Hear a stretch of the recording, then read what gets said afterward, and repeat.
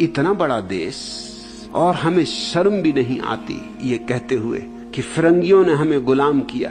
तो तुम गुलाम हुए क्यों? 40 करोड़ का देश कुल 3 करोड़ संख्या वाले देश का गुलाम हो गया। चुल्लू भर पानी में डूब मरो, शर्म भी नहीं आती। 40 आदमियों को 3 आदमी गुलाम बना ले और फिर भी गाली दें कि इन दुष्टों ने हमें गुलाम बना लिया। तो तुम करते क्या रहे? तुमसे कुछ भी ना हो सका। 2000 साल में किन किन ने तुम्हें गुलाम बनाया, जरा सोचो तो।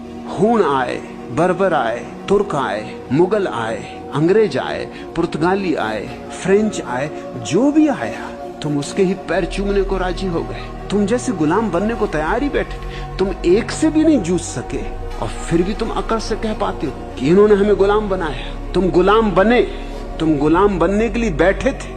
तुम तो झोली पसारे बैठे थे कि आओ हमें गुलाम बनाओ। तुम दुनिया की सबसे पुरानी सभ्यता हो।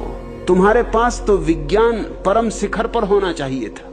भारत एक बुनियादी भूल में पड़ा रहा है। इसने विज्ञान का तिरस्कार किया, उसका फल भोग रहा है। तुम्हारे तथाकथित धर्मगुरु तुम्हें भगोड़ा बनाते रहे, पलायनवादी बनाते रहे, कहते रहे संसार तो माया है और जो होना है वो तो परमात्मा की कृपा है, उसके बिना तो पत्ता भी नहीं हिलता। तो फिरंगियों ने तुम पर कब्जा कैसे कर लिया? तुम लुटे क्यों? फिरंगी तो तुम्हारे परमात्मा से भी ताकतवर मालूम हो।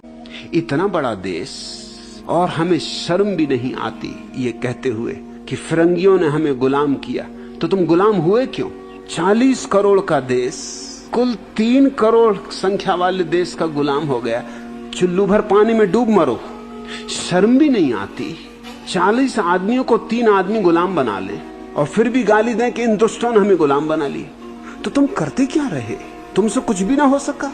2000 साल में किन किन ने तुम्हें गुलाम बनाया, जरा सोचो तो। हूण आए, बर्बर आए, तुर्क आए, मुगल आए, अंग्रेज आए, पुर्तगाली आए, फ्रेंच आए, जो भी आया तुम उसके ही पैर चूमने को राजी हो गए। तुम जैसे गुलाम बनने को तैयार ही बैठे। तुम एक से भी नहीं जूझ सके और फिर भी तुम अकड़ से कह पाते हो कि इन्होंने हमें गुलाम बनाया। तुम गुलाम बने, तुम गुलाम बनने के लिए बैठे थे।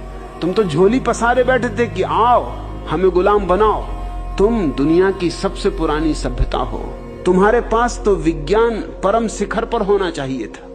भारत एक बुनियादी भूल में पड़ा रहा है। इसने विज्ञान का तिरस्कार किया, उसका फल भोग रहा है। तुम्हारे तथाकथित धर्मगुरु तुम्हें भगोड़ा बनाते रहे, पलायनवादी बनाते रहे, कहते रहे संसार तो माया है और जो होना है वो तो परमात्मा की कृपा है, उसके बिना तो पत्ता भी नहीं हिलता। तो फिरंगियों ने तुम पर कब्जा कैसे कर लिया?